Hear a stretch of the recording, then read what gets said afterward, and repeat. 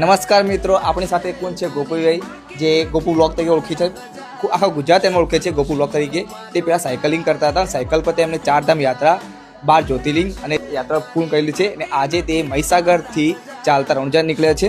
તેમની સાથે છે અજુભાઈ સાથે છે. ગોપુભાઈ પૂછીશું કે એનો સફર કેવો રહ્યો.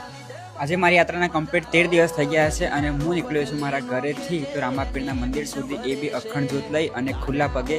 અને આજે મારી યાત્રાના 13 દિવસ થઈ ગયા અને હું પહોંચી ગયો છું આપણા પાલનપુરમાં, પારપડા ગામમાં, જ્યાં રામાપીરનું મંદિર છે. હમણાં તમે હાલમાં જ જોયું કે 3-4 દિવસ પહેલાં અહીંયા બહુ મોટો પ્રોગ્રામ થઈ રહ્યો હતો બાબા રામાપીરના ધામ પર. અને અમે થોડાક લેટ પડ્યા, કાં તો 2 દિવસ પહેલાં આવતા તો અમે અહીંનો પ્રોગ્રામ પણ એમાં હાજરી અમે આપતા, થોડા લેટ પડ્યા છે. કંઈ નહીં, પણ તો રામાપીર બાપુના આશીર્વાદ છે. અને તમારા પાલનપુરમાં અમને ખૂબ જ સારો પ્યાર મળ્યો છે. આજે અમે પારવાડા છે, આજની નાઇટ અમારી થવાની છે પોથાવાડા.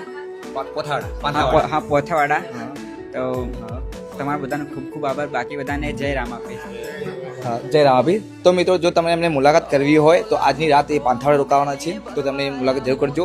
અને અમે આગળના વ્યુઅર્સને એવું કહીશ કે જો તમને અમને જેમ આગળ જતા રહે એમને સપોર્ટ કરતા રહેજો, એમને મદદરૂપ થજો. તો બોલો રામાપીર જય.